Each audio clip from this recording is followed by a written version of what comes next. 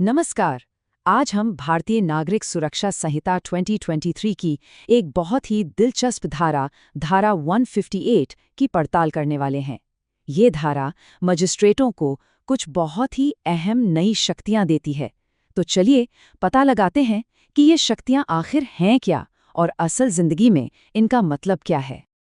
अब ये सुनने में तो काफी कानूनी और भारी भरकम लगता है ना? पर घबराइए नहीं, इसे एक पहेली की तरह समझिए। आइए इसके एक एक टुकड़े को जोड़कर देखते हैं कि ये पूरी तस्वीर आखिर क्या कहती है। देखिए, धारा 158 को हम एक मैजिस्ट्रेट के टूल किट में एक नए और बहुत ही पावरफुल औजार की तरह देख सकते हैं। इसे इसलिए बनाया गया है ताकि मैजिस्ट्रेट अपने इलाके में शांति और व्यवस्था बनाए रखने का काम और भी बेहतर तरीके से कर सकें। लेकिन इस पावर को समझने से पहले ये समझना जरूरी है कि इसे इस्तेमाल कौन करता है।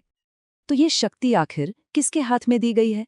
देखिए, किसी भी कानून की ताकत को समझने के लिए ये जानना बेहद जरूरी है कि उसे चलाएगा कौन। इसलिए धारा 158 की गहराइयों में जाने से पहले हमें मजिस्ट्रेट की भूमिका को समझना होगा। अगर बिल्कुल आसान भाषा में कहें तो मैजिस्ट्रेट एक स्थानीय न्यायिक अधिकारी होता है। मतलब वो जज जो अपने तय इलाके में कानून और व्यवस्था को लागू करवाने के लिए जिम्मेदार है। ये परिभाषा हमें ये समझने में मदद करती है कि ये जो नया कानून है वो जमीनी स्तर पर कैसे काम करेगा। चलिए अब आते हैं इस कानून की पहली और सबसे अहम शक्ति पर, स्थानीय जांच। इसे हम जमीनी हकीकत जानने का एक तरीका कह सकते हैं। मान लीजिए एक सिचुएशन, एक मजिस्ट्रेट को शिकायत मिलती है कि कोई फैक्ट्री पास की नदी में गंदगी बहा रही है, उसे प्रदूषित कर रही है। तो अब मजिस्ट्रेट क्या कर सकता है? तो वापस आते हैं हमारी फैक्ट्री वाली कहानी पर। इस शक्ति का इस्तेमाल करके मजिस्ट्रेट एक स्थानीय अधिकारी को मौके पर भेज सकता है। वो अधिकारी सीधे नदी किनारे जाएगा, देखेगा कि क्या फैक्ट्री से सच में कोई गंदा पानी नदी में जा रहा है और अपनी आंखों देखी रिपोर्ट मजिस्ट्रेट को सौंप देगा। ये बिल्कुल ऑन द स्पॉट सबूत इकट्ठा करने जैसा है। ठीक है, तो अब मजिस्ट्रेट के पास एक जमीनी रिपोर्ट आ गई है, लेकिन कहानी यहाँ खत्म नहीं होती। और यहीं पर धारा 158 की दूसरी शक्ति काम आती है, किसी विशेषज्ञ को बुलाना और उसकी जांच करना। ये इन्वेस्टिगेशन का अगला लॉजिकल स्टेप है। तो अब हमारी नदी वाली कहानी में एक असली एक्सपर्ट की एंट्री होती है। मजिस्ट्रेट अब एक पर्यावरण वैज्ञानिक को बुला सकता है। ये वैज्ञानिक नदी के पानी का सैंपल लेगा, उसे लैब में टेस्ट करेगा और अपनी रिपोर्ट में बताएगा कि पानी में कौन से खतरनाक केमिकल्स हैं और क्या वो वाकई लोगों की सेहत के लिए खतरा हैं। ये मामले को एक साइंटिफिक नजरिए से देखना हुआ। तो अब आप समझ गए होंगे कि ये दोनों शक्तियां मिलकर कैसे काम करती हैं।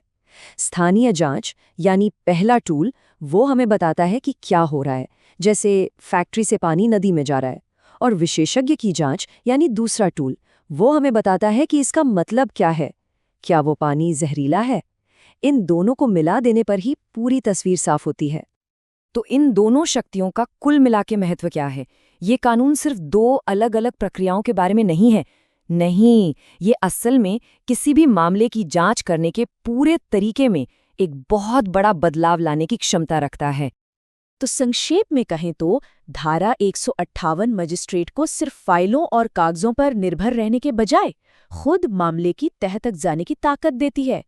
ये जमीनी हकीकत को वैज्ञानिक विश्लेषण से जोड़ती है, जिससे मजिस्ट्रेट कहीं ज्यादा बेहतर और ठोस जानकारी के आधार पर फैसले ले सकते हैं।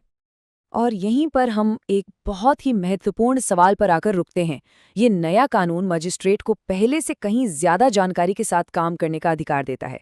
तो ये सोचना वाकई दिलचस्प है कि जमीनी स्तर पर न्याय देने के तरीके पर इसका क्या और कितना दूरगामी प्रभाव हो सकता है।